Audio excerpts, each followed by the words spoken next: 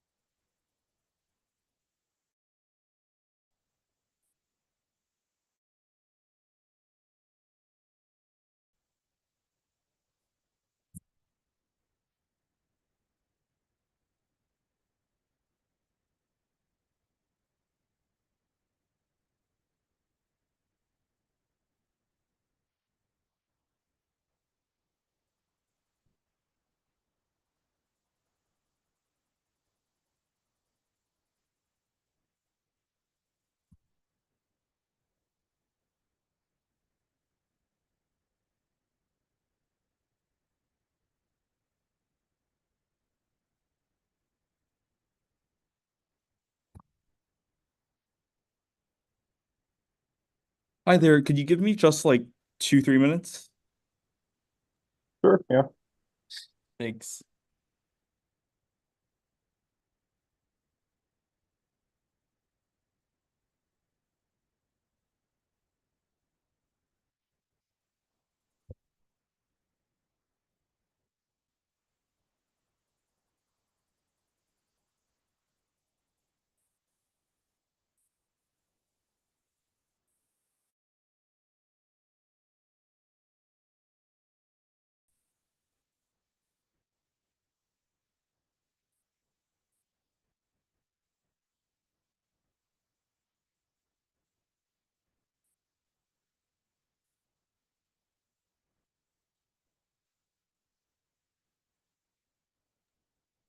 So clearly everybody's here to watch the adventurous process of editing a newsletter. I think that's why we're all here today.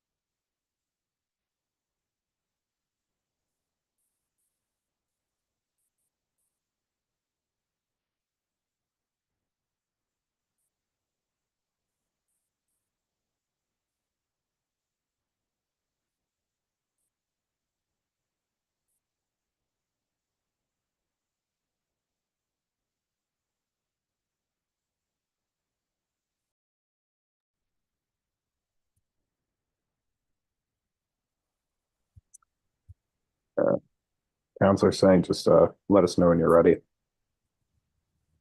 Good? Okay. Welcome to meeting of the Resident Services and Public Engagement Committee meeting being held today solely on Zoom. We have Mr. Clerk, I keep forgetting, for Zoom only meetings, is a roll call necessary? Zoom only committee meetings. Yes, a roll call is necessary. All right, please call the roll when you're ready. Counselor Callahan, Present. Counselor Lazaro,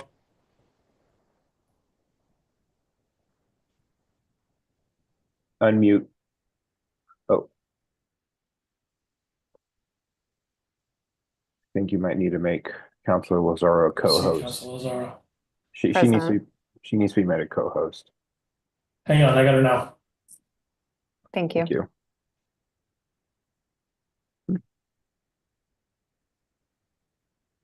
Counselor Scarpelli, Counselor Singh, and Chair Lemming. Present. Present, 4 present, 1 absent. The meeting is called to order. We have 3 items on the agenda today. A resolution to discuss a modernization of the Human Rights Commission's enabling ordinance, which we'll do first. It will be followed by a resolution to discuss council listening sessions, in which we'll offer updates, reports of some of the recent listening sessions, particularly at the Senior Center. And then we'll work on publishing the newsletter. So we'll start with the Human Rights Commission's enabling ordinance, and I'll hand it off to Counselor Sang. Thank you, Chair Lemming.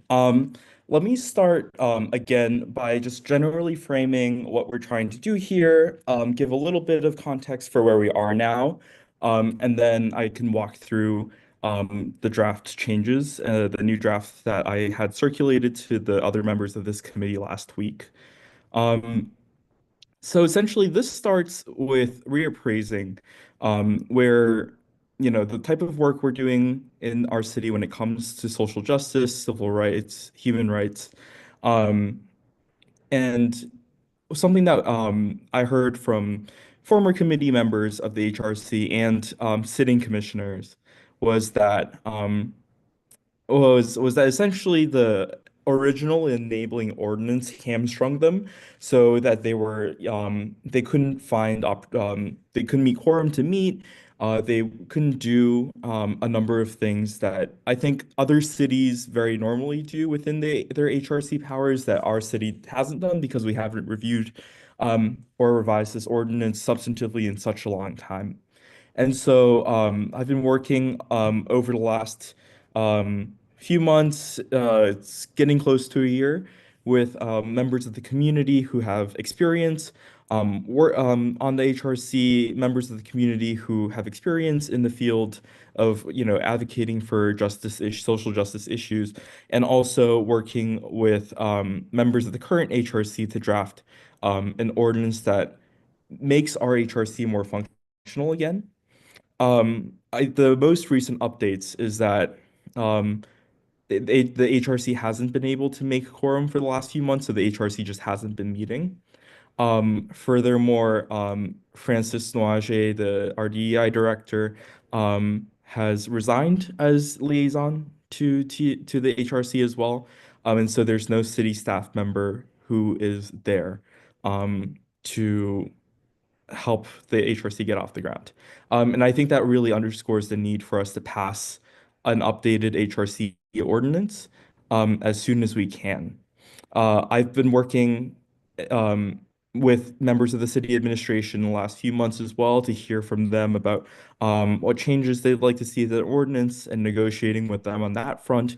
And also continuing to work with community members to make sure that the proposed changes are in alignment with what members of the HRC and former members of the HRC would want, to make sure that this ordinance gives them the ability to do that.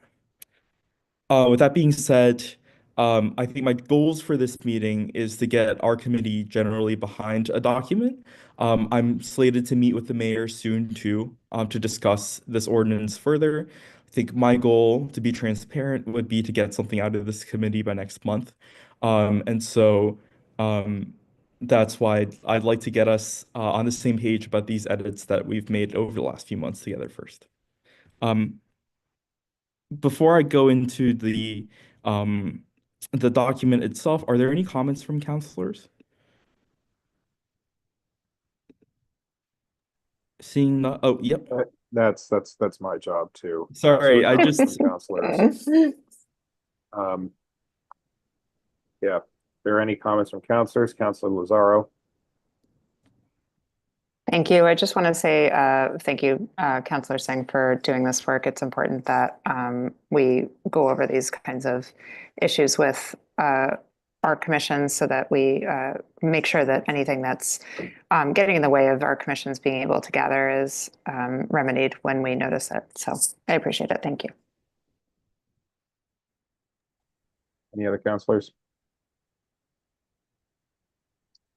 I'd just like to thank Counselor Singh as well as our wonderful community advocates for working on this. Feel free to go over the edits as you please, Counselor. thank you. Um, a lot of these edits, a lot of these edits are somewhat technical, but there are some substantive edits as well. Um, so as you can see in the establishment and purposes section, these are kind of more technical edits to make sure that we are including um, parts of the like every sector of the community that we can think of, and to make sure that this language is tighter as well and more inclusive. So that's technical. With regards, one of the big conversations that members of the city administration, community advocates, and I have been having is about the size of the HRC, um, and the previously proposed size. So previously, the ordinance language read for like the HRC to have 12 to 18 members. And a few, Francis brought this up as well as a number of current HRC members, bringing up the worry that this might be too big of a size. And if we set a lower bound of 12, we might have a period of time where we aren't able to have the HRC meet because we haven't appointed up to 12 people yet. We had the community advocates and I have had a very long and extensive discussion about it because we want to make sure that there are as many voices as possible on the HRC. The size here is, there's a benefit to having a higher number, so we have diversity of voices. I think if we read the purposes and the powers and duties of the HRC in this ordinance, it's much more expansive than the current ordinances, and so the idea is having more people would help the HRC get more stuff done as well. But then we also have to balance that with the practical concerns too. It was suggested to me from Francis that we do 9 to 12 members. In this draft, I think generally, I think 9 to 15 makes sense to retain a lot of the flexibility that we initially wanted. And if it gets to a point where 15 is unworkable, I think there's flexibility there to keep the slots open, but I think it's worth trying to get more members too. Um, so with that change, we have basically reconfigured the appointment system as well to make it more even. Basically, a third being the mayor, a third being the city council, and then appointing from different community groups. And this is something that was also in the last draft. But to explain this again, since it's been a few months, the idea I think is for I think the idea is that we would have members of different commissions that aren't the HRC but have interests in the HRC where the work overlaps also sit on the HRC, to help facilitate cross commission, cross department, cross organizational cooperation as well. Um, I know something that we have been talking about is potentially deleting this because we don't really need it. And I think that's probably a decent recommendation, although we can talk about that later. Another edit that we made to this section is in section B. So essentially, before the language read, no more than half should be of any one gender or racial identity. We changed it to 60% for functionality, just because it's hard to guarantee half, um, like half or less, and so this gives us a little bit of wiggle room while still maintaining the spirit and the purpose of the original text. Um, And here, this is an adjustment to respond to the original, like the change in section A. In section E, um, we have clarified some language here about reimbursements. We had a good conversation about how there are number one, we should clarify that this is that nest MR sorry, I can't speak. We should clarify that HRC commissioners who are spending their, money on top of this on top of a stipend or whatever, if they're spending their personal money on getting a project done, they should be this ordinance should allow them to get compensation for that as well. So I think a concrete example is if someone is buying, posters for a community event to let them know about their rights, right? A Know Your Rights event, then they should be able to be compensated for printing those posters in the first place. And I think that's really standard custom as well. And we believe that that should extend to volunteers as well, just to make sure that they're being compensated for their time, effort, their money being spent. I think it's important to put this in. I've been talking to some people who are more legally trained than I am, and the idea is if we don't put this language in, then it actually might sound very restrictive. And then the last edit to this section, the to this section right as it stands right now is the just some clarification on what the training that HRC members should receive.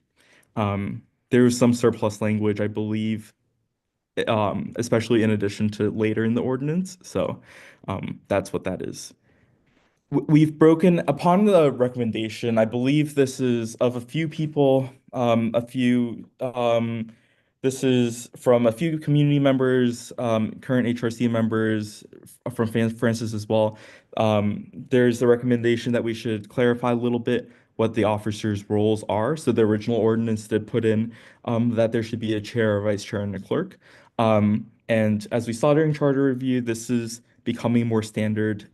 As we also saw during our charter review conversations, for us to be able to have that flexibility in terms of how a commission is structured, we need to talk about it a little bit more in ordinance. So I actually grabbed the language for most of this section from the draft charter. So, this is like quite standard vetted language. It aligns with like the draft city charter, but then there's some more clarification as well as customization for the HRC. Because it's not very standard to have a treasurer well, it's not always common for a treasurer to be an officer in a commission. I've put the financial procedure aspects, the finance aspects under a joint responsibility of the officers. I think that's something if this committee has different views on, we can talk about. Um, cool. Um, Another change that was suggested that we make was reducing the minimum number of meetings from 10 meetings to 8 meetings. The intention isn't for us to have fewer meetings, but the intention is to give us more flexibility, legal wiggle room, essentially. Um, I suspect this will be a big conversation tonight as well. Um, the Essentially the administration has recommended that we adjust the language in subsection A here about legal counsel from if the city has no solicitor, the commission shall be provided adequate funding to retain its own, to the commission should have adequate access to counsel. Because this is something I think we might be talking about a bit tonight, I just wanted to highlight the two arguments. So the argument for keeping it as it was before, so the original language, is that a lot of the work that the HRC might be doing might not always be in the interest, completely aligned with the interests of the city administration. And so it makes some sense for the HRC to retain its own counsel in those instances so they can get more honest feedback and legal advice. The counter to that is a worry from the administration that, in general, it's not recommended practice for different parts of the municipal government to be having different legal representation. And there's a worry about the legal consequences of that as well. And it is not very standard for that. And then in the last section, the only real edit, is to broaden B1 to say from discuss to review and discuss.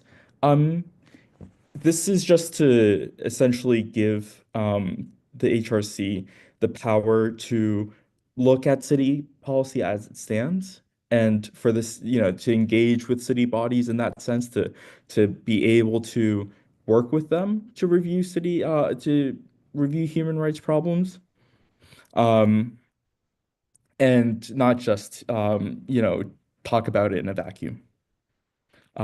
So with that being said, that's basically all the edits I've had.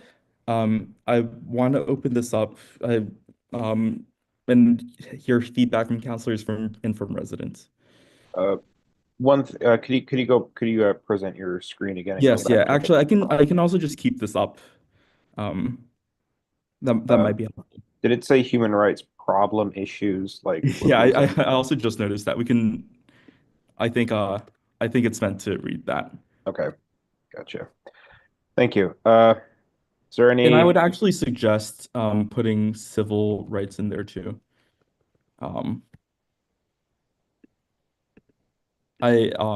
Just the view right now, because sometimes human rights and civil rights are slightly different. So I want to make sure that we're catching as much as possible. Gotcha. Councilor Callahan. Hey there. So thanks so much for all the work that you've done and all the folks you've talked to, and everything that's, I know there's a lot going into this. I had a question as I'm looking over the roles, powers, and duties, and please tell me if I'm misreading this, but it does look like the four essential roles are all related to Medford specifically. And I just know from some of the folks I've talked to that they felt that their hands were tied and they were told they were not allowed to discuss human rights anywhere outside the city. So I wanted to raise that and see what you think as the person working on this document, if you've had those kinds of discussions. Maybe I'm wrong and that's, that's not what this does. So I would just love to get your feedback on that, Councilor Tsang. Yeah, I do actually, I think that's a good point. I mean, I know when we were crafting it, it wasn't, at least it wasn't my intention that we limit it to Medford. Obviously, I think the focus should be Medford, but there have been a number of cases in the last year where the Human Rights Commission wants to relate, or talk about issues happening outside of our city as well. And I think oftentimes the boundaries are really muddy, right? Oftentimes, as we've articulated on the council before too, oftentimes human rights issues actually have effects here in Medford too. So maybe there's some changes that we can make in this section to broaden it a little bit. I don't think anything in this section necessarily precludes those conversations, but because of this part, but perhaps there's some places where we can delete the words in Medford. But Yeah, I the was sentence actually just thinking, instead of deleting the words in Medford, I think it is appropriate that it be about Medford, but I Mm. think maybe there could be a, letter E or something that is, um, sort of, I don't know how to phrase this, but like an outlet for discussion of human rights issues that affect the people of Medford, even if those issues are not occurring in Medford. Mm. Because I mean, look, just thinking about the great desire here in Medford for a ceasefire earlier last year, that there were many families here who were directly affected by what was happening abroad. So I think at least the ability for them to discuss those things and to be a place where people in Medford can go to raise issues of human rights that are affecting them personally. I don't know how to phrase it, but I think having that as, one thing that they are explicitly allowed to discuss, I think might be a benefit.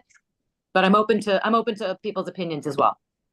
Yeah, I think that this is something maybe we can discuss as I think as a committee and also to hear from the public. I do like what you're saying, and I actually quite liked how you put it earlier, providing the forum to discuss those issues, and pending conversation, maybe we can draft some language on that. Great, thank you. And I did have one other question, if I may, and that's about the question of whether the city solicitor is the council or the commission has, access to other counsel. What I mean, I'm inclined, without hearing more about it, I'm sort of inclined to say that it probably should be the city solicitor or the council of the city, because they are a commission of the city. But I would be interested in understanding a little bit more, at least, of how that would be paid for. I mean, anyone can go and find, another lawyer that they happen to know, or get some advice, from somebody else. That's fine. But if we're talking about it being like paid legal counsel, I would want to have some idea of where that funding is coming from. I think that's a good question. I think the way I was thinking about it, and I'm curious to hear other voices in this Zoom meeting about this. The way I was thinking about it is that it would function somewhat like when PDS, when they're working on something, a development project or something, they sometimes get advice from KP Law. So, and I believe that comes out of the legal budget and not the PDS budget. So that's how I was thinking about it.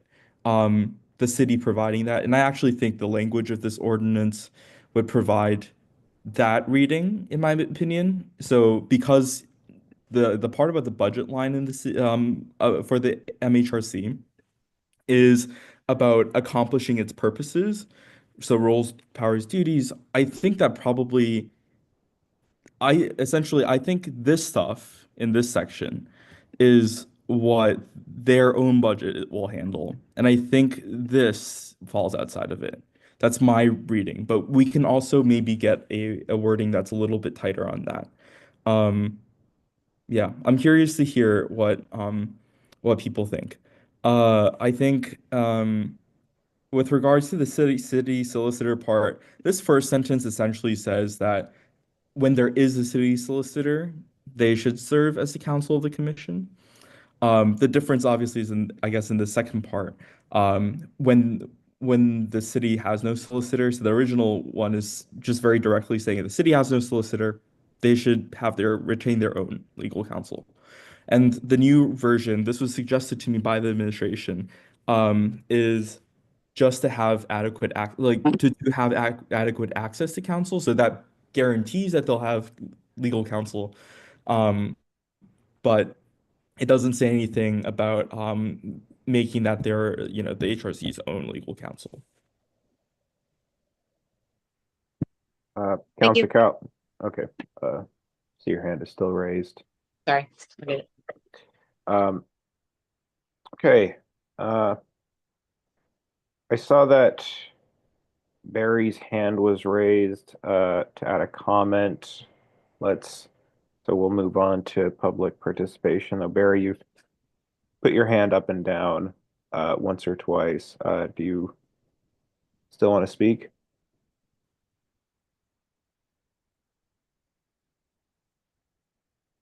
All right, I've asked you to unmute. Yeah, I'll have a comment later, but I just want to answer Councillor Callahan's question about non-Medford issues. Item C does read, the MHRC shall be empowered to advocate for laws, policies, and practices that support human rights and improve social equity in Medford and at the state and federal levels. So it is in there, whether it's there to the extent that people would like is something else. But just to say it's in there. I But apologize. Would you mind telling me where that is? I'm looking for it. it's the first sentence in C. Thank you. The last sentence in C, right? First sentence in C. Oh, First well, the sentence first on it. sentence says state and federal. Thank Yeah. you.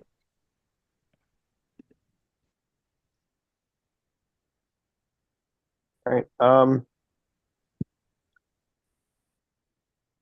Can you go back to the thing about the legal counsel?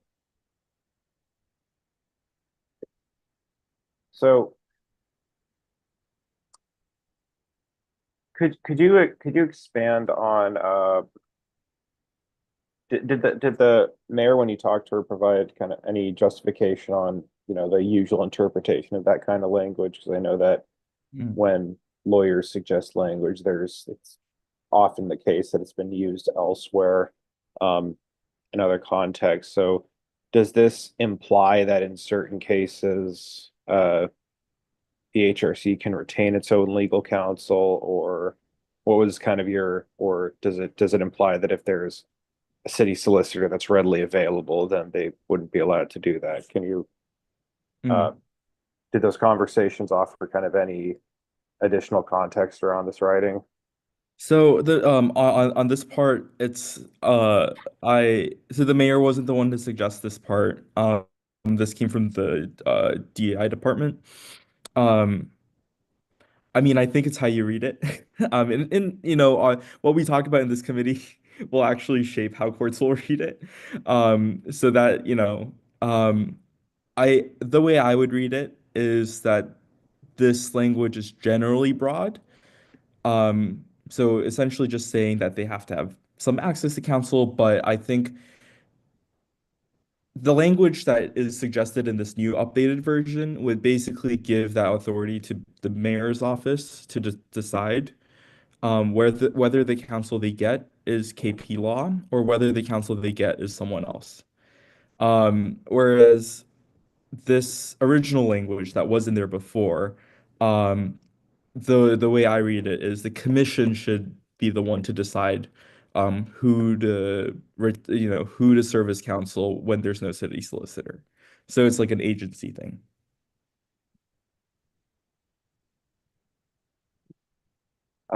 Councilor Callahan? Thanks. I just wanted to chime in and thank Barry Ingber. I read that whole part, and I believe that you're quite correct that we're already covered. So Councilor saying no need to add anything. I think that language covers us. Thank you. Great. Okay. Is there any other members of the public who would like to speak? Just if you would, feel free to raise your hand on Zoom.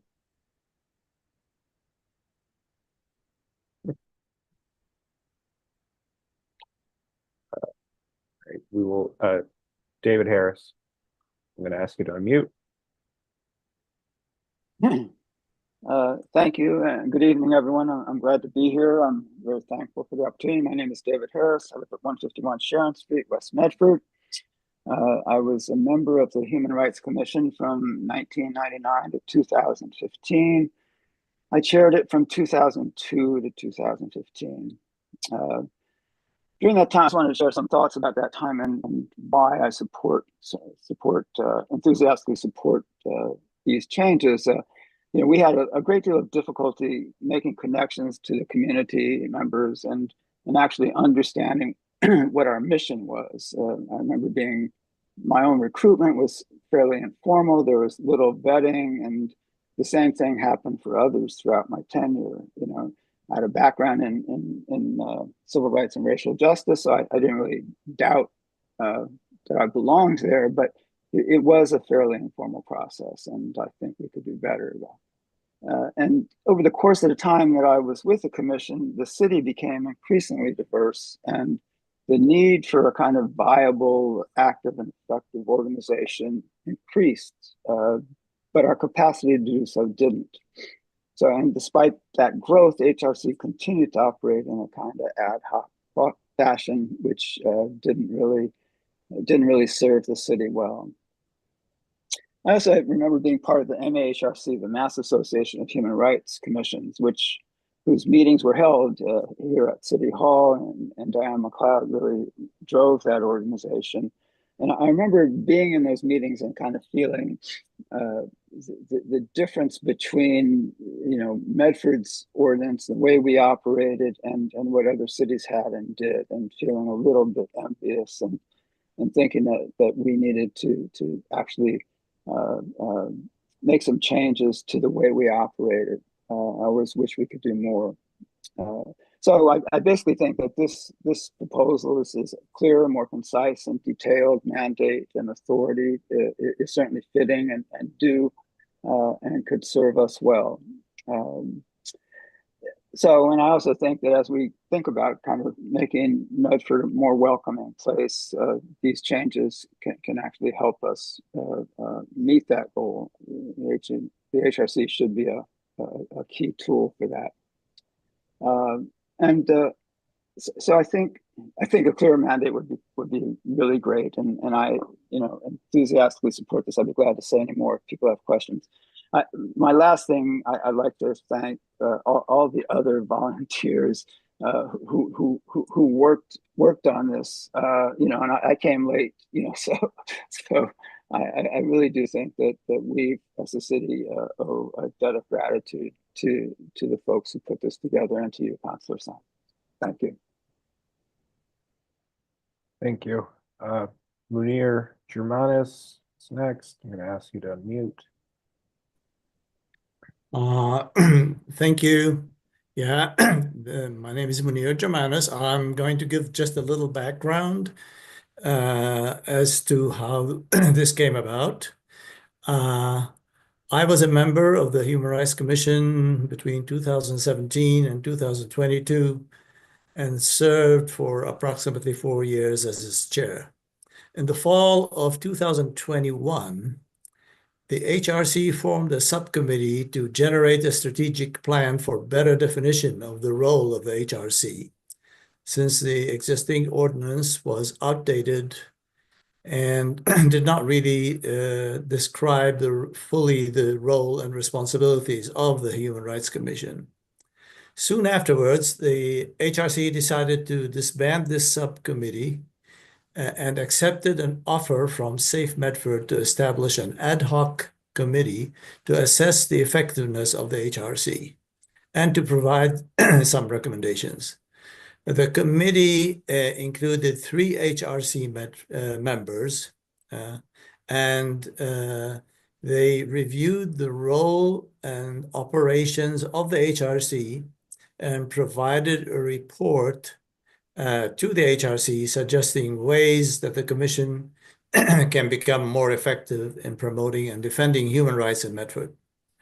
The committee conducted several dozen interviews, current and past HRC stakeholders, looked at the mission, goals, and activities of human rights commissions in nearby cities and towns, and reviewed the ordinance that established the Medford HRC. Then the committee discussed and agreed upon a set of recommendations regarding goals and roles of the HRC and operating guidelines for their implementation. Our hopes were to see a newly robust, representative, and independent HRC. Now, in the course of its work and discussions, the committee concluded that to a significant extent, the HRC has been hampered by its current enabling ordinance, which fails to provide the HRC with the resources and independence that it would need in order to carry out its mandate.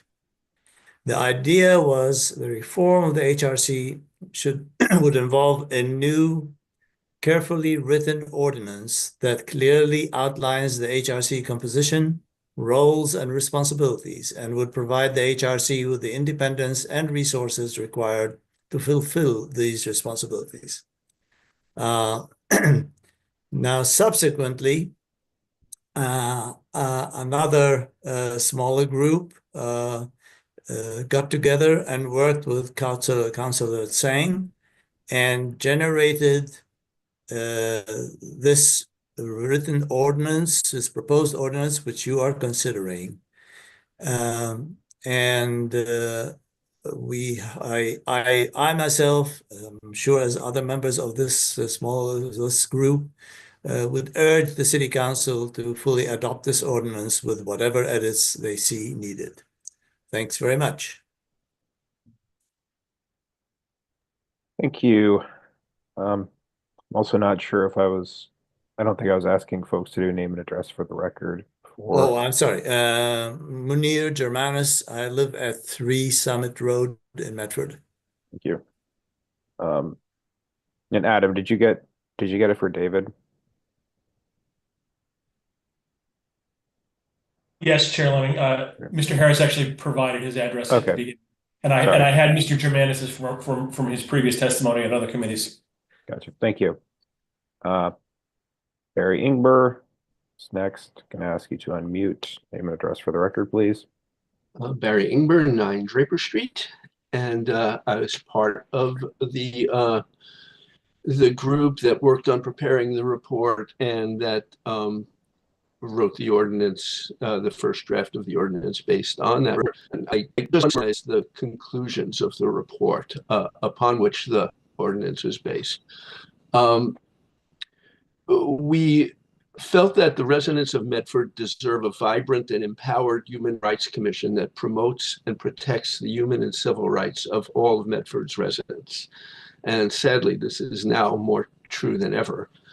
To be effective, Medford's HRC requires an ordinance that A, clearly outlines its composition, roles, and responsibilities, and B, ensures the independence, authority, and resources required to fulfill its purpose.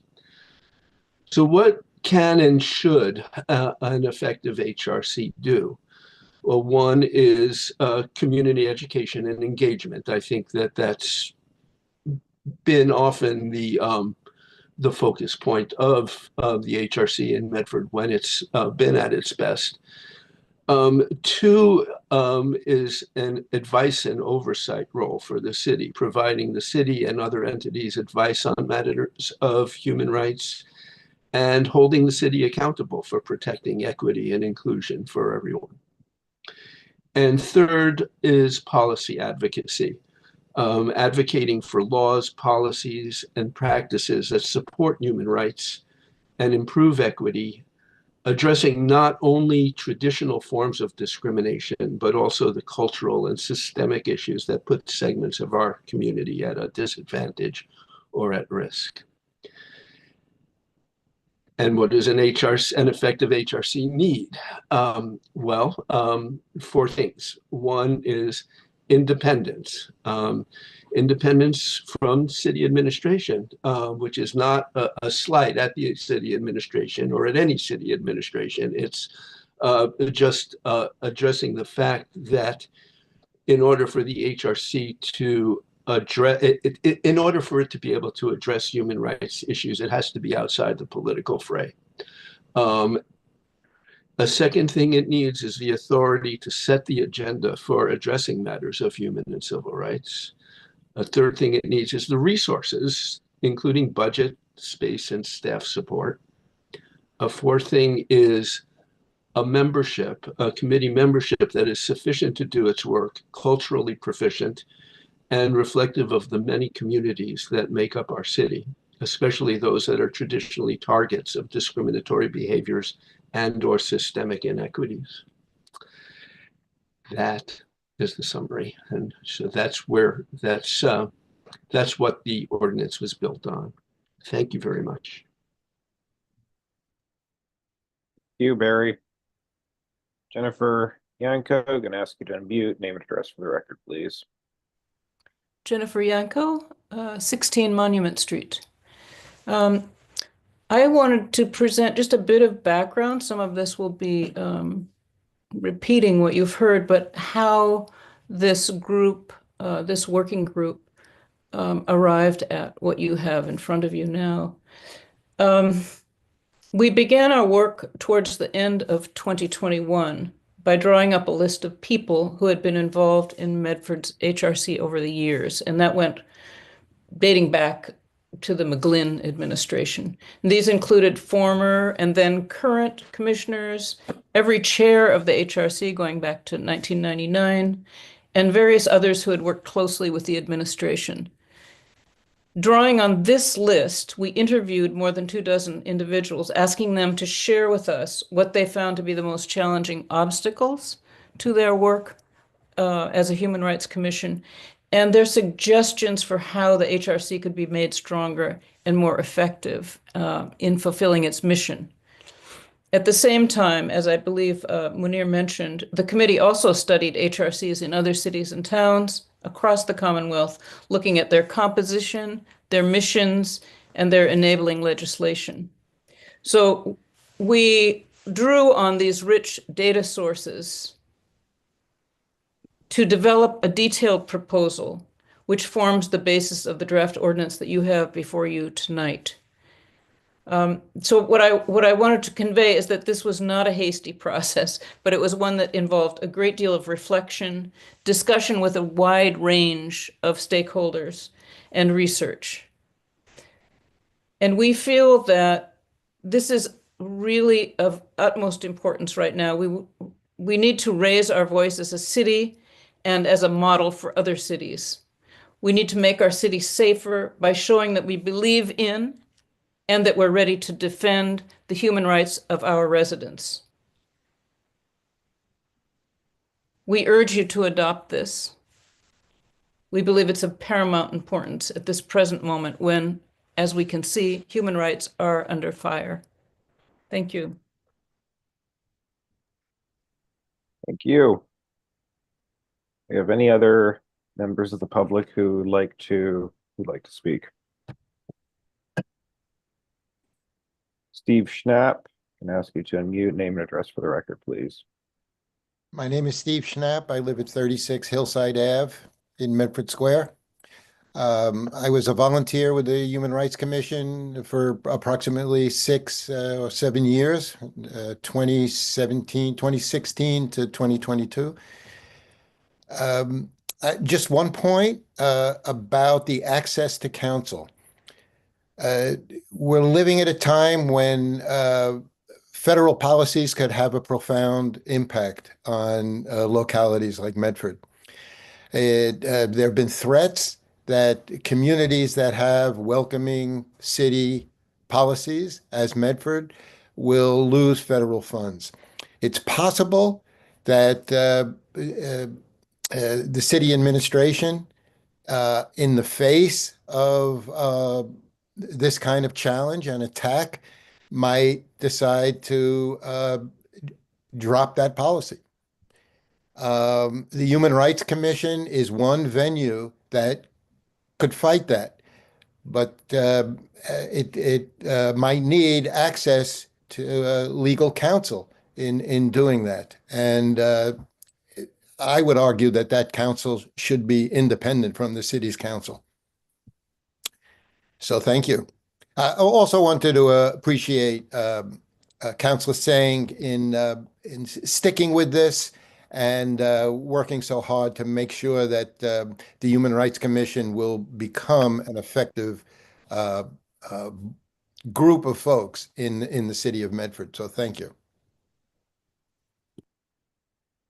Back to, so with the, I mean, I think this is what we, well, this is what I asked about with that particular language that was written there, is that it's not, it doesn't really seem to clear to me one way or the other, and that could be the intent, whether or not the HRC would have access to independent independent legal counsel. And it looked like the original language specified that in the lack of that in the case that there wasn't a city solicitor.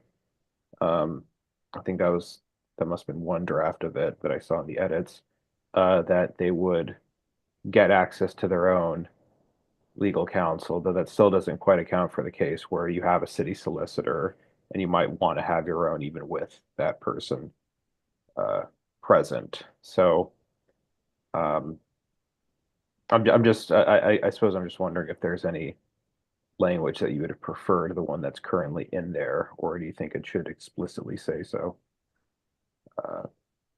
David Harris. So, I'm not part of the main group here, but I do think that, as I think you or one of your counselors indicated, anybody can go and secure counsel anytime, can get a legal opinion on their own. I don't think it needs to be written into the ordinance for that to happen. And so I think part of the thinking is there's no reason to belabor it, I think. And I don't know if that's consistent with what other people were thinking, but it's not a special, nobody would need permission to do that. Okay. I don't think, Barry? Being totally frank, I mean, as we talked about it, I think that we preferred the idea of having independent counsel. And I think that we largely concluded that we weren't going to die on that hill, that it was kind of a losing battle. And I think that what is important is maybe defining the word adequate to make sure that actually it is adequate, and to make sure that there is nothing that prevents the HRC from retaining its own volunteer counsel if it wants to, because I could imagine it being told it has no right to do that. So if there's concern with funding counsel that could be working against the interests of other parts of the city, I think we can understand that. But resolving that needs to be done in a way that still maintains the independence of the HRC.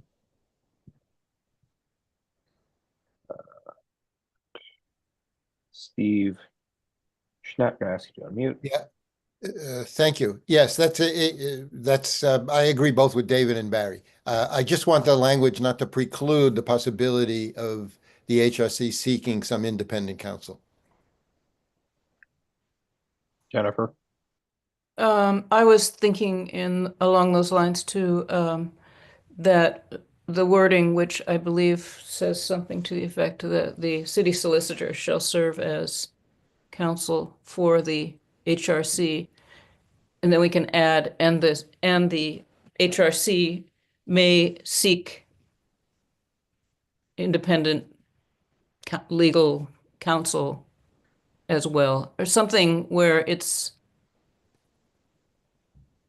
the default is the solicitor, but that the commission is not precluded from seeking. Or maybe that's not even necessary, as David has suggested. I mean, there's nothing keeping them from. I'm not sure. Now I'm confused again. Counselor Singh, did this come up in your conversation relations with on the city side? Mm, I think they'd be hesitant to language. I'm at this to this at this point, I'm starting to lean into speculation territory, so I don't want to speak for the mayor's office or for the administration. I would guess that they would say that explicit references to independent legal counsel, I think they would be against. I wonder if there's some wiggle room where we clarify that there's no preclusion, Yeah. but I think it's an art to do that. So if people have suggested language that kind of goes, you know, threads that needle, I'd be happy to hear suggestions. David Harris asks you to unmute. So again, to the counselors, I can't presume to think I know and understand what your situations are like, but I would say that I do think it's better. I mean, leaving it as it is, it leaves it open. I mean, for the commission, if it felt that it needed to obtain outside counsel to go and get it, to bring a topic up at this point seems to me to provide the opportunity to say no and to put something in. So I think, to my mind, if they don't bring it up, then it doesn't need to be brought up, because it would put them in a position of conceivably saying no. Do you follow? I mean, there's no reason. I don't know what the reason is to put that speculation in the ordinance. Councilor Stang, do you understand the kind of hesitancy there? Yeah. I think that aligns with how I see it. Steve. Yes, thank you. I completely agree. I'm just thinking that I don't want the language to revert to the HRC has to use the city solicitor. That's my concern. So, but I agree, we don't have to be provocative and try and wordsmith some loophole. It's not in the interest. But if it turns out that there's pressure to push that language that constricts the HRC to using the city solicitor, that there'd be some pushback to that.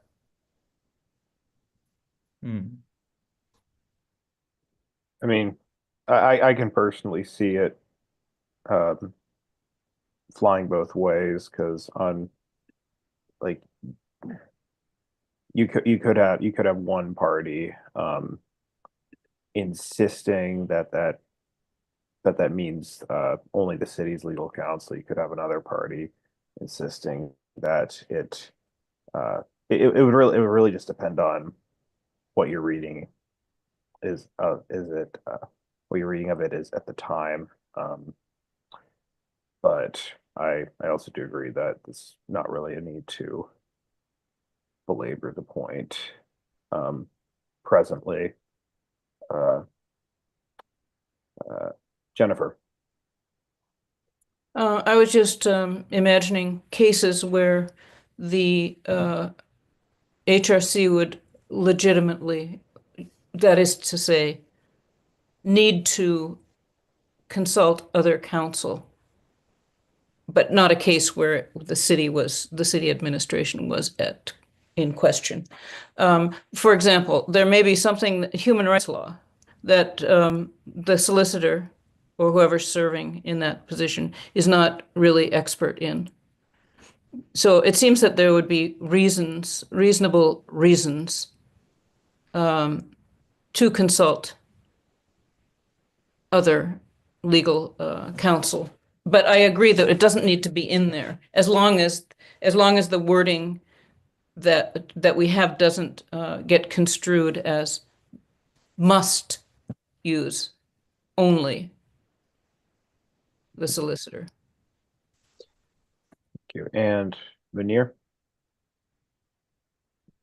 I think, yeah, leaving it as it is should be okay. I mean, I can envision a situation where, let's say, suddenly the HRC decides they want to, get a legal opinion from someone else, and they get it.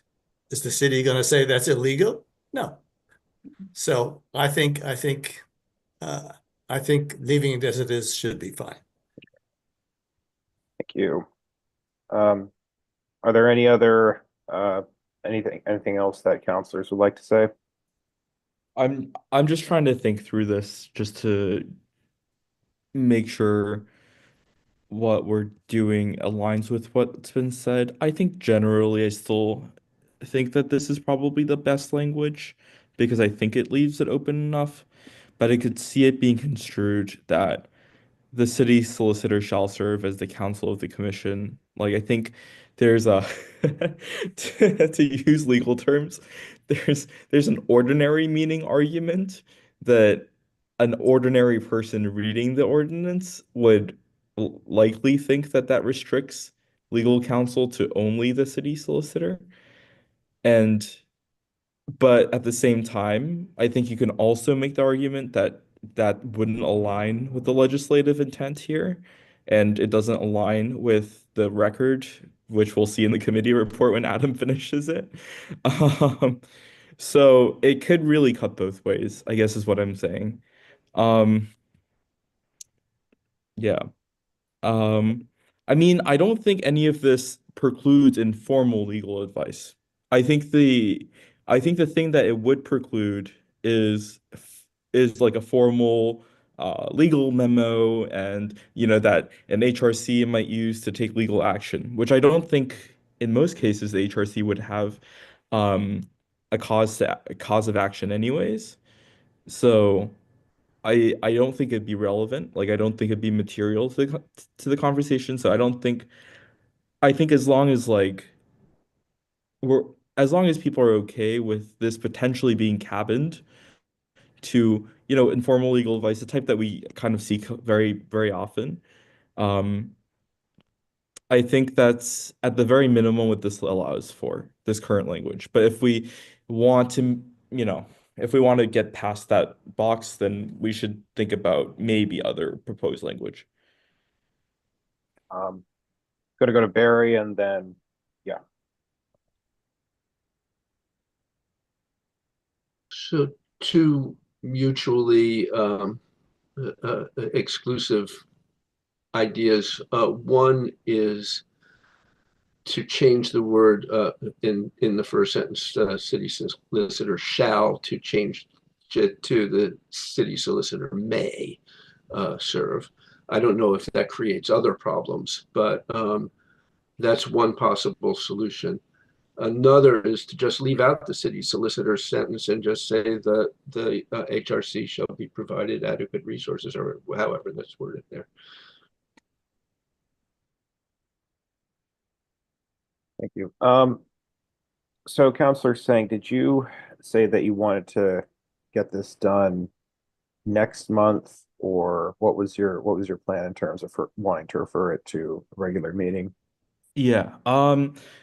My plan is for us to accept a version of this with edits, so I can bring it to the mayor and say that it's the most recent version from this committee. And the mayor has told me that there are some substantive edits that she might want to be looking at. My plan, in full transparency, is to like write down the edits that she wants to make, talk through them, and of course, I'll talk about the legislative intent of this committee as well, so I'll speak from that perspective.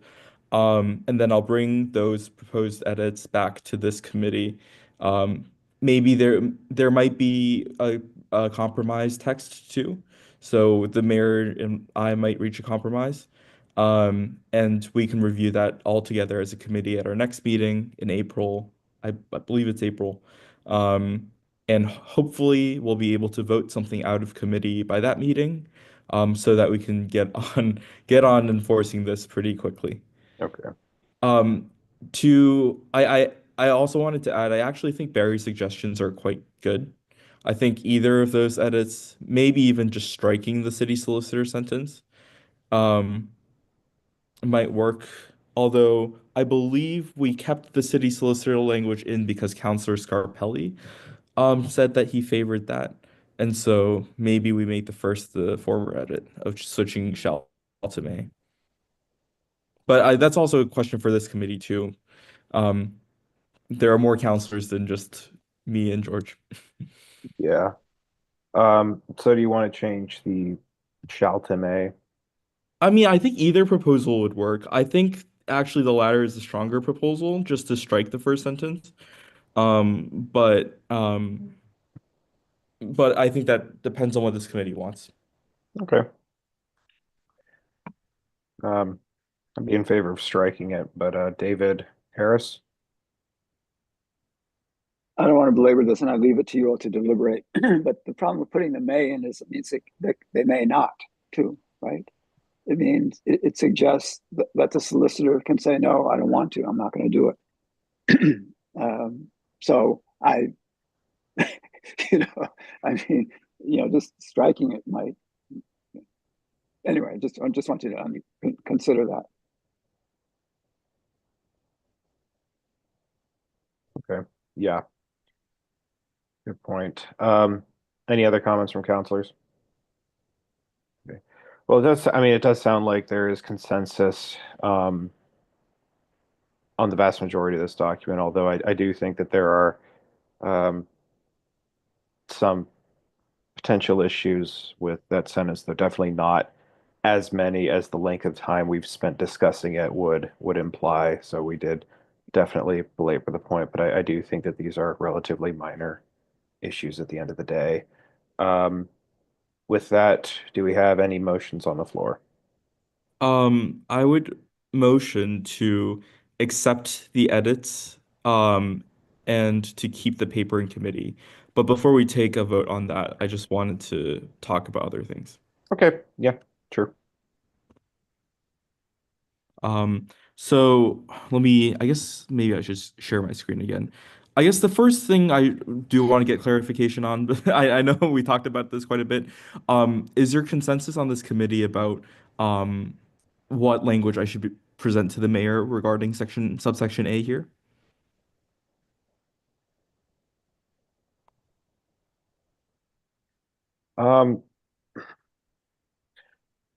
I think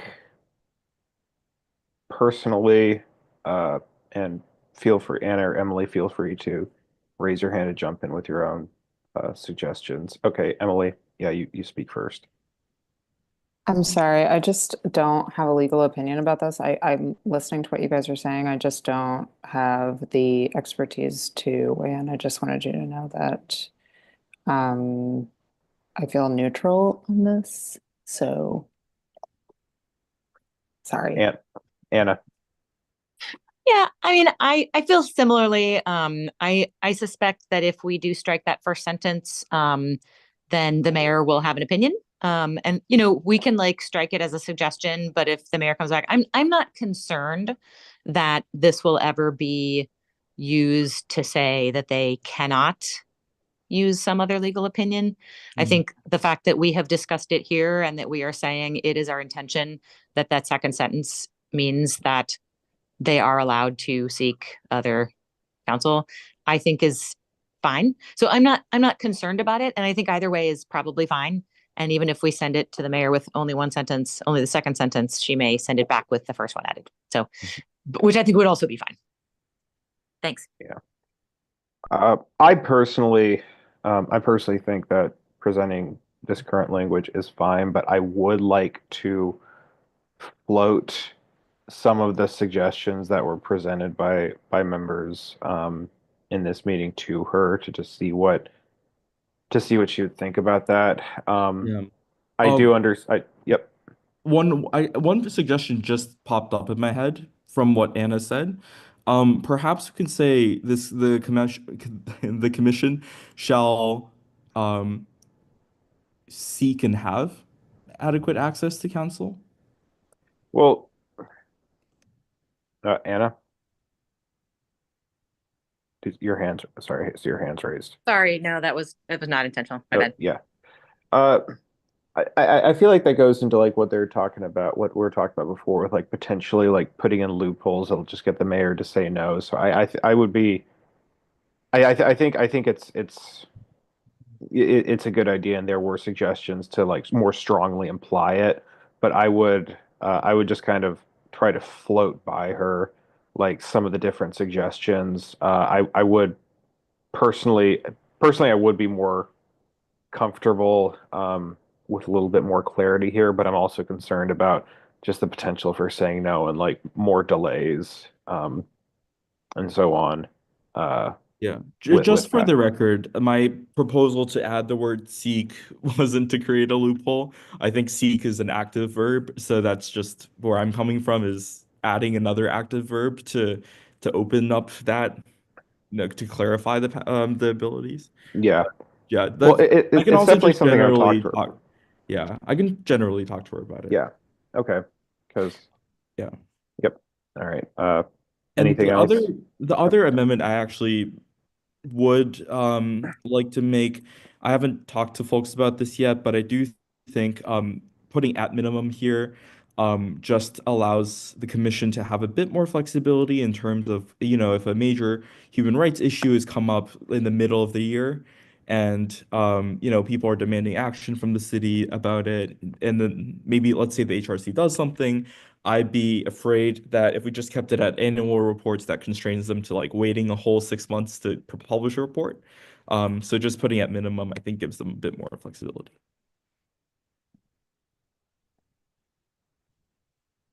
And that's all. Oh, Matt, you're up. Yeah.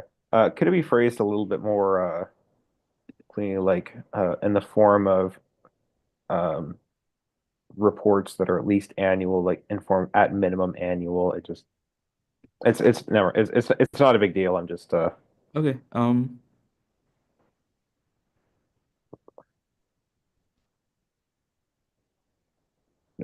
never mind. That's fine. I'm being pedantic at this point.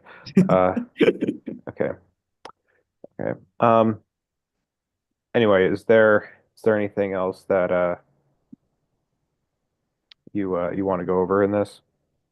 Nope, that's all. There's a motion on the floor, but that's all. Okay. Do we have a second on the motion? Second by Councilor Second. Lazaro. Yep. Would you mind Mr. rereading the motion back? Thanks. It's a motion to accept the edits and receive and place on file To keep in committee. and keep in committee. Not to replace, not to receive and place on file, because that would finish the paper. Well, never mind then. I'm tired. I don't. No, I'm you're so operating fine. on. We had a long meeting yesterday too. Yeah, this is more pleasant. But yes, I am tired from that. But anyway, yes. But yeah, that's the motion. Mr. Clerk, when you're ready, please call the roll. Council Callahan, Yes. Councilor Lazaro, Yes. Councilor Scarpelli is absent, Councilor Singh, Yes. Chair Lemming. Yes, 4 in the affirmative, none opposed. The motion passes. Thank you all for coming out. We are now going to move on to the Senior Center listening session reports, which I'm sure that folks love to hear about.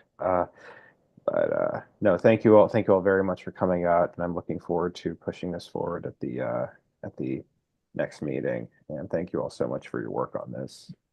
Thank you all for showing up and for speaking, and for your hard work on this.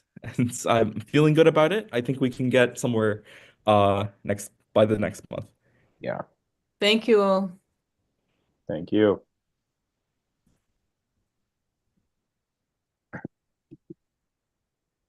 Okay, I just included this item on the agenda because there were previous initiatives there were previous requests to actually report back a few things that we heard about from some of the listening sessions. We've had 2 listening sessions at the senior center. I've attended both of them. I was accompanied by Councilor Lazara the first time, and the most recent one by Councilor Callahan. Just for a very brief report, they went. I personally think they went well. I mean, of course, there's a little bit of contention, like there often is at these things, but a lot of it was just like residents just voicing concerns, particularly with the roads. I think probably half of what we heard about was potholes in the city and parking. There were general concerns about the pop-up park and the RFPs at the planning department. Concerns that would remove parking spaces. I think that in both of the listening sessions, we were trying to clarify that it wouldn't, that the planning office didn't intend to remove any sort of parking, but intended to accept a proposal that would turn it into ground floor parking. Then a lot of discussions about the override and affordability as well. And then another thing that happened was, I think that a couple of residents were just like kind of being were kind of like taking up a lot of the sort of hour that we were there, and so afterwards, and this especially happened the most recent one, a lot of residents approached us individually and just asked Councilor Callahan and I about sort of their own pet issues that they were concerned about, but they didn't really feel like asking in front of an audience. Like one fellow approached me and he asked if he could roll an auto pay in the city. And yeah, so that's kind of like my own library report of how that went. I do think it went well. I think it's good to connect with residents that don't normally have computer access quite as consistently, and just be there and try to explain how things are working in the city. I did email from the second session. I know Councilor Callahan and I, who I see your hand raised, did report back some of the concerns to the relevant departments in the city, just so they're aware of them. So yeah, no, I feel like it was a good initiative. There was like 12 to 15 at each. I think even more at the last one. So yeah, Councilor Callahan, feel free to go.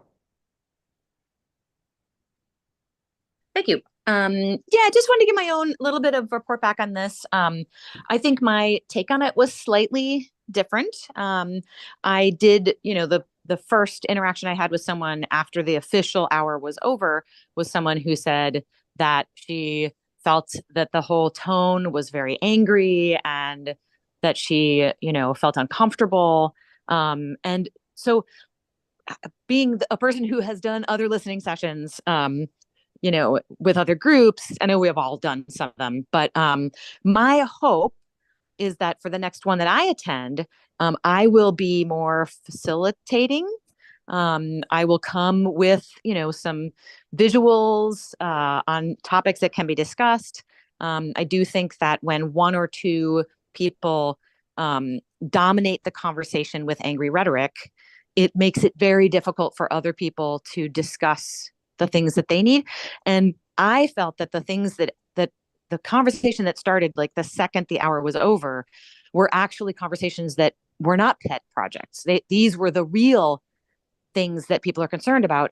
I heard people talk about their need for housing as a senior, that they can no longer, like the things that I heard over and over and over at the doors that to me are the primary issues that did not get discussed during that hour. So it was things like the lack of transportation for elderly people, that there used to be something called Megan Transport, and there used to be, other ways that they could get around the city, but those things are not there anymore. So they, were wondering what we can do about that. And then some talked about housing. And, as I mentioned, some of the things that I'm working on, the home sharing, bringing home sharing, matching service to Medford. And I talked about co-housing, and I talked about, other like the RFP, and how the hope is that that will have a lot of smaller units that older people can move into, because they talked about wanting to downsize. So these were the conversations that I think are the more general ones that many seniors want to talk about. And the ones that we ended up talking about for an hour were more the pet projects of like, my street has a pothole in this one place and I want to know about that pothole, or I want to continue talking about Salem Street, when we already have public forums for talking about the Salem Street zoning. Like, that should be something. It's fine if somebody wants to bring it up and talk about it for 3 minutes, but that shouldn't dominate the conversation at these listening sessions, because it prevents us from hearing from the 9/10 of people who are in attendance, who aren't there for that particular issue. And we already have forums for talking about that particular issue. So my plan is that I will be facilitating more. And then I did take some of these issues, and I am following up with city staff. I talked to the economic development director, and talking about the RFP, talking about parking near the senior center. I'll be following up with the planning department. I followed up with DPW as well, with some more general questions about, like, when do they have plans that they post on the website. Like, the engineering department actually posted last year 2 different plans, like a crack sealing plan and I believe a pothole filling plan. And just when were we going to be able to see those? Because people do want to know when these things are going, like which streets are going to be done next. And so I was kind of looking for a timeline for that. And, just generally following up with city staff on some of the specific questions that were coming up during that session. So I do think it was a good session, but I think that we can do better in terms of our ability to make sure that residents who are showing up at these feel comfortable, that they don't feel like like they are shut out by a small group that has a particular agenda, but that we are actively asking questions about the things that we have an idea that, seniors care about, or any listening session that it might be, whether it's like parents or folks at West Medford Community Center, or no matter who it is. We might have some facilitated questions where we are asking people, hey, we'd love to know your opinion about, housing. Like, how is housing going? We want to know your opinion about transportation around the city. We want to know your opinion, about, like, how is this affecting you in your life? So thank you so much for letting me give a little bit of a longer report back on that. But I'm excited that we're doing these. And I think the more of them we do, the better we'll get. And I'm really excited to make them places where residents feel comfortable and welcomed, and that their input is, that they can also give input. And we have kind of a step up, step back understanding that these are for everyone to contribute equally. Thanks. Thank you. Councilor Lazzaro. Thank you. I think one thing I would want to, I'll be doing the next one of these at the Senior Center at the end of March.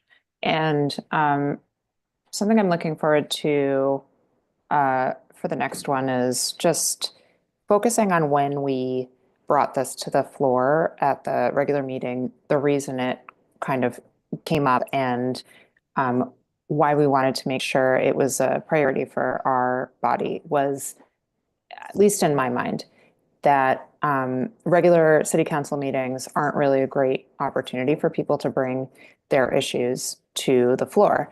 A great time to do it is in these kind of one-on-one sessions where we have more time and space. You can bring whatever is really bothering you, that you really need the attention from people in the city, to something that is really critical to your experience.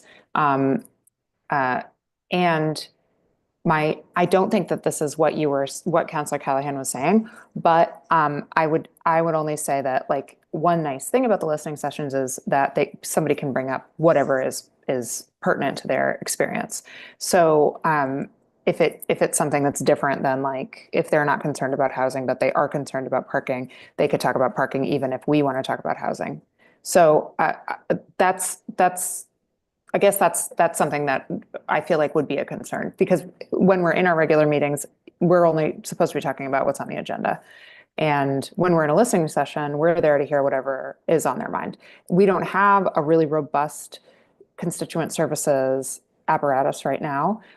Sorry, I'm in the planning office and the light keeps turning off on me. And I came to City Hall. I didn't realize it was Zoom only. The point is, I think that we can build a more robust constituent services apparatus by listening to what people are bringing to us, by offering them, if we have a really concrete, list of these are the city services we have access to, we can point you in the right direction. If you are in need of something, you're telling us right to our face, we can tell you how to get that. And we can point you in the right direction. So that is something that I think is really nice about the listening sessions, when people bring those things to the floor. But I think you are right that sometimes it can be very uncomfortable when people bring it to the floor in front of everybody that's around them and they have an axe to grind. That's not always the most effective. But the other thing I will say is that I think the more we do these things, the less it's going to be about stuff that is, something everybody's talking about all the time. If it's only going to be about Salem Street zoning, eventually we're going to have said everything there is to say about Salem Street zoning, and we'll have to move on to something else. We're still showing up for these. Our committee is still showing up for the listening sessions. We will still be there. I am looking forward to the session on March 27th. If people want to talk about Salem Street zoning, let's talk about Salem Street zoning. I'll tell you everything I know about it. You can tell me everything you think and feel and know about it, and we'll have another conversation and I'll write down everything you say. That's what the listening session is for. That's not what the regular meeting is for, and that's the difference. Thanks. Counselor Singh. Thank you. Yeah, I think there's so many great ideas floating around right now. First, I just want to thank you to Counselor Chair Lemming and Counselor Callahan for this report.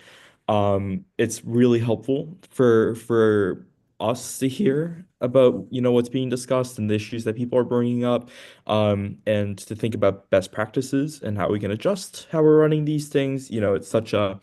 It's a new concept, so we're always working out how we implement it, so that's really helpful.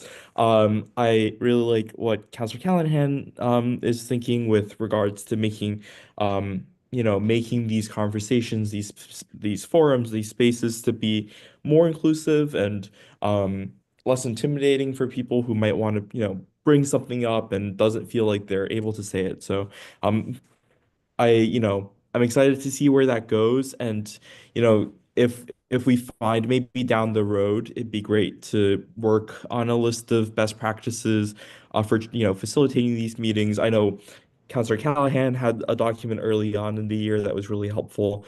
Maybe if we keep working on something like that, and if we have any new observations about how to best run these meetings, collecting those and disseminating them to councilors would be really a really good idea. And I think to Councilor Lazzaro's point, if we see issues come up again and again, collecting the resources beforehand, being ready for those meetings to disseminate that information, that'd be very helpful. Councilor Callahan. Hey, thanks. I am gonna yes and. I'm excited about what Councilor Lazzaro was saying. And as often happens with me, I didn't mention that. Yes, of course, we also will listen to concerns that people come with. I think maybe we either have the first half or the second half of the listening session dedicated to that, so that there's a specific time that is like, hey, we're going to ask you questions. And then there's a time that's like, hey, you ask us questions. But I think it's rare that elected officials do the part that I'm talking about, where they're actively asking people, hey, I actually want to know how housing is affecting your life. And that's a piece that I think is really important. So I would love to have that piece added to what we have been doing, which is more of an office hours. Office hours is like anybody can show up and they ask you whatever they want. But I think the listening session part, which to me is like finding out from, like, asking targeted questions and hoping that everyone there can talk about their own experience, to give you a picture of how our policies are affecting people. That is a part that I would love to add as a yes and. Thanks. Thank you. And my 2 cents are, well, first, I think that I just have different standards at this point, in terms of angry crowds. So that's one part of this. But no, I mean, the reason that I liked it was, I mean, I saw the exact same thing that y'all saw. There was like one person there who had gone to, all the Salem Street meetings and was constantly bringing that in the RFPs up. And then there was another fella who, was, I never met him before, but he was talking about, like, potholes and stuff like that. The reason that I liked it so much, though, was, one, there were people that, like, I'd never seen before that were asking questions, kind of like figuring other things out, even with like the 1 or 2 more angry audience members. 2, it was in a place which is like the lunches at the senior center, where the city councilors are in a place that they aren't normally necessarily going to, but like they're very physically, like, they're like very physically present, like people who don't normally know how to seek us out online can just kind of like wander in there and kind of see what's going on. And so that's why I liked it. I think the other listening sessions I think were great, but it was an organizational problem, kind of like trying to coordinate with community liaisons and gather everybody up for these sort of one-time things. And I think like showing up to the senior center provides like a regular thing where people figure out that it's happening. And I think that there were some, like, it was a bit of a, the first ones were like, a little bit bumpy, but I thought they were overall productive. But I think this is the kind of thing where, you keep going there over time and you develop relationships there, and it becomes kind of known that you can go there at this time and kind of ask your local city councilor about something, so that people know, like, a place to physically find you. And so that's what I appreciated about it, because it's reproducible. I think things calm down as you kind of like develop relationships with people, and you kind of transition from like somebody that somebody heard about in the abstract to like a physical presence that there, and you can get to know one-on-one. And that's the component about it that I think that I appreciated so much. That clarifies. So I think it's just, I also think it's good that, like, we're kind of alternating and different counselors can go on different ways. So I won't be able to go to the March one, but I think that I just have a very different approach from the way that Counselor Lazar Callahan would want to do theirs individually. And I look forward to, hearing about how those different approaches are working, or like what individuals think of those different approaches. And that way we can like kind of compare notes and see what everybody else is sort of independently doing. Because like I'll run my own way, but if I hear that Counselor Callahan's is going so much better than mine, I might just start adapting practices from that. So yeah, that's my 2 cents. I think it's just kind of different views on the same event. But anyway, I don't see anybody in the audience, so to keep things running along, let's go to the newsletter. So I did send everybody here a copy of it. I pre-formatted everything to save myself the stress of doing that. So I apologize if the edits are not as clear in a Google Doc as they were before. This is the latest draft that I have. Essentially, what I realized is 2 things. First, on the January, we didn't cover the January 28th regular meeting, the last one, so I included that in here. And there wasn't like too much, like, I think the most substantive things that happened were the McCormick Avenue and the resolution to make the discussion on property tax bills, and the resolution to make council meetings more business friendly, which I threw in there. I included under general business the outcome of yesterday's charter the charter draft to a regular meeting, just noting that we voted on a few technical edits as well as a change to the Charter Studies Committee's proposed new council composition of 8 ward-based and 3 at-large to 4 district-based and 5 at-large councilors. So just noting the outcome of that meeting. And also what we just discuss an update to the Human Rights Commission ordinance, and just kind of threw the sentence in there because we just did that. So offer an update on this present meeting that we're currently in right at this moment. So yeah, Councilor Sang. Thank you. Thank you for working on this. The just starting with the easiest edit under public health and community safety, the discussed. I see you wrote underline. I think there should. Yep. Yeah. That is LaTeX formatting. I figured. I just figured I'd bring it up in case you didn't see it. Thank you.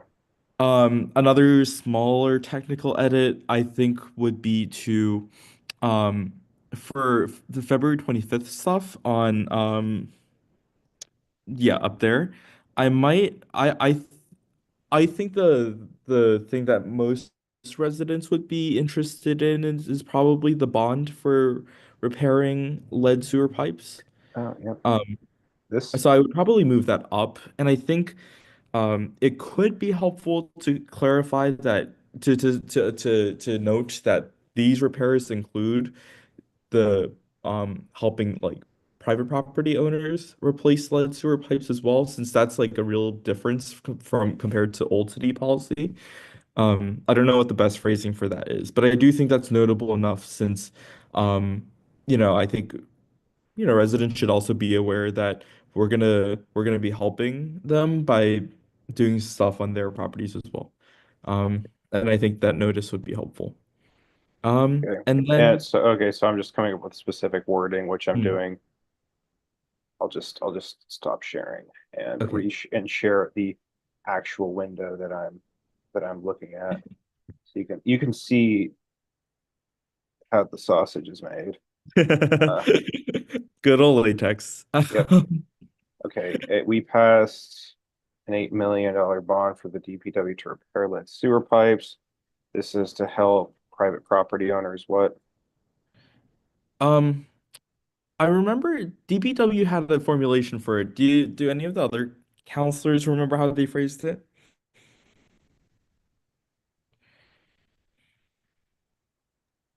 I mean, was it covers both sides, right? So it covers the city Yeah. side and then also the resident side of the pipes that they determine are lead, which is probably far fewer than we think. And the first part of it was going to be a study to determine which are actually lead, because it was going to be less than, we don't have to put all of this in the newsletter. I would recommend we don't. Yeah. But the, let's see, I guess a maybe bond for the DPW to identify and repair lead sewer pipes. I would probably leave it at that. Okay, And then take I up, would but you're saying you want to tell property owners that there will be yeah. funds to help reimburse them. Is it a reimbursement, or do they get money up front? I think they just Neither. neither, right? Yeah, neither. It's the city is going to do all the work. Right. And the city pays for it. You're right. So, identify, repair lead sewer pipes on both residential and city property. Oh, good. I think that's good. So that's the only suggestion I have besides the charter stuff. I wonder if there's a very short way, because I think some of this charter stuff is very in the weedsy without I think a general thing about, like, we talked about the role of equity, and we discussed the role of equity um and policy making, and that led us to these conclusions. I think that would be helpful somewhere, because I think absent that, it's just kind of numbers swirling around. Um, I know I've been in the weeds about this information, but I'm trying to put myself in the position of someone who hasn't been. Um, So this is, so I think like this stuff right here, and I apologize for the lake tech in this is, so this is just the stuff under the governance committee section. This just kind of shows like what parts we discussed. I feel like that could just generally be thrown out because it's, I mean, yeah, we discussed like multiple parts of the charter, but this is like kind of more substantively what we actually changed. yeah, I From, think I think this part. Oh, one note about this part is we did remove the mayor as chair of the school committee. Um, and I think that's actually probably the biggest edit we made that night. Um, yeah. okay. Um, Like I do feel like reporting the actual changes that were made. oh yeah, for sure. I Yeah. just think like sometimes without a framing of them, it can get a little lost. Um, for example, for the top section, the ward-based, district-based stuff. I would suggest saying, after a lengthy discussion about equity, access, and policy making, we voted to change the charter study committees. Okay. Yeah, baseline say after lengthy discussion for sure. It was very lengthy. It feels important to mention that we like, we debated and we discussed, like we discussed the research, we talked about, like, we don't have to put all of this in, but we like it was thoroughly examined and then we voted. Yeah, However let you want to me put that. write something quickly in the Zoom chat. Okay. Um,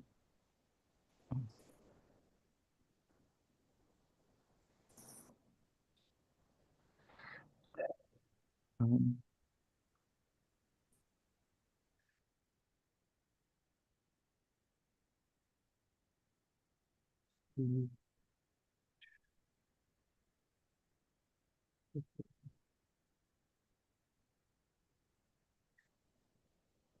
um,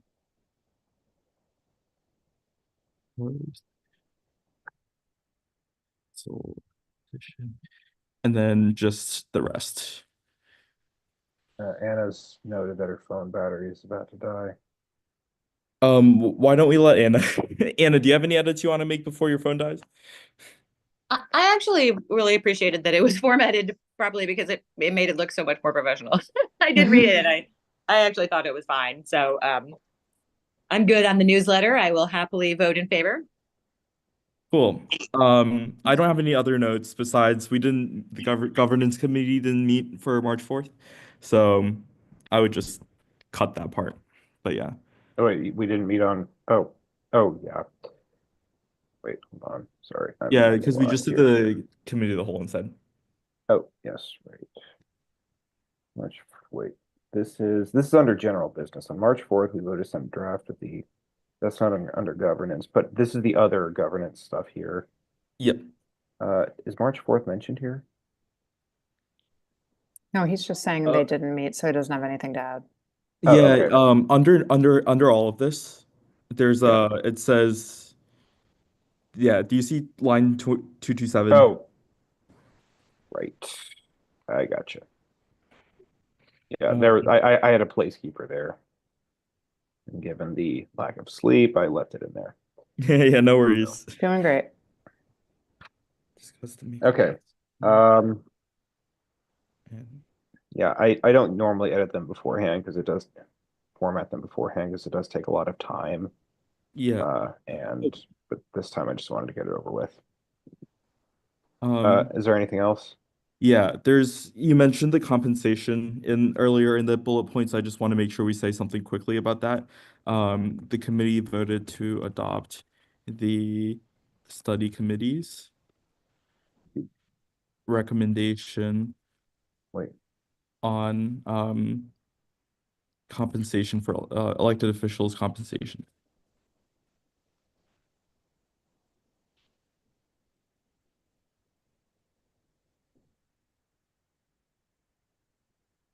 Which might I add was the thing that I proposed. Aha. Great It's job. eerily similar to the thing that I proposed. Coincidence? You decide.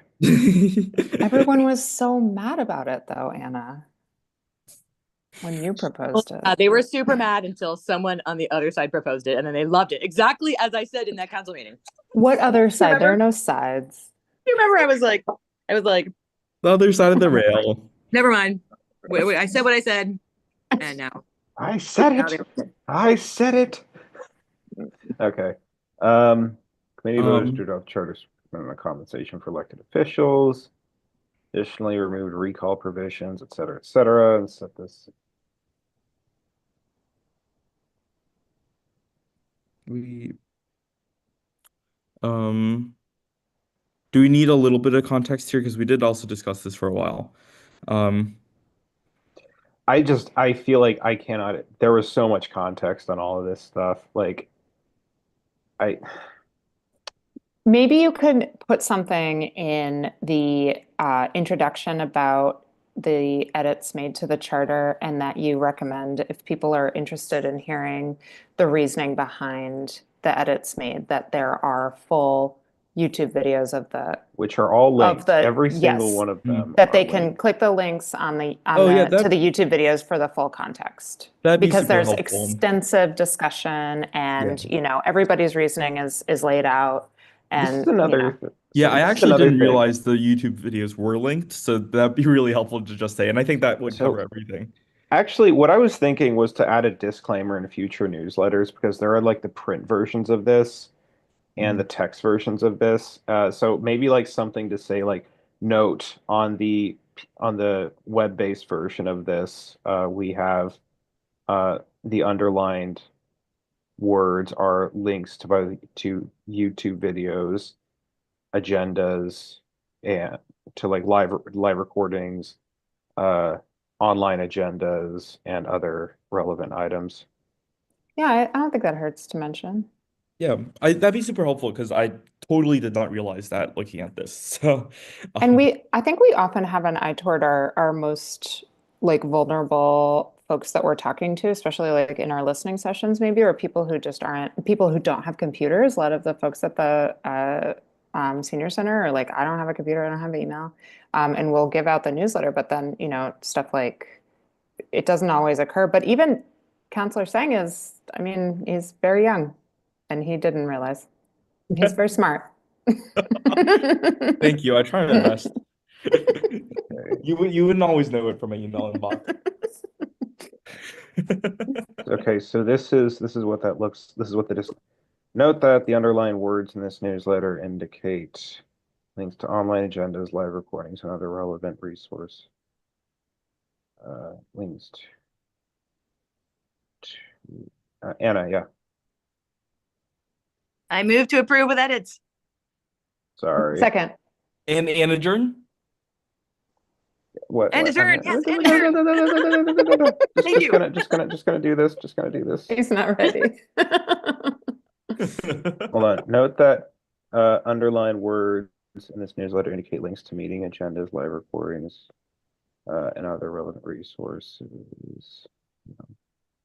Document to subscribe to the not technically.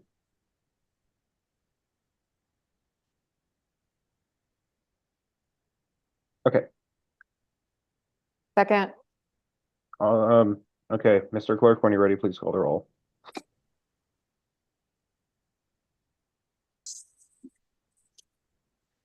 Counselor Callahan, Yes. Counselor Lozaro, Yes. Counselor Scarpelli is absent, Counselor Singh, Yes. Chair Lemming. Yes, four in the affirmative, one absent. The newsletter is approved. Send it to the clerk and Steve immediately, and the meeting is adjourned later.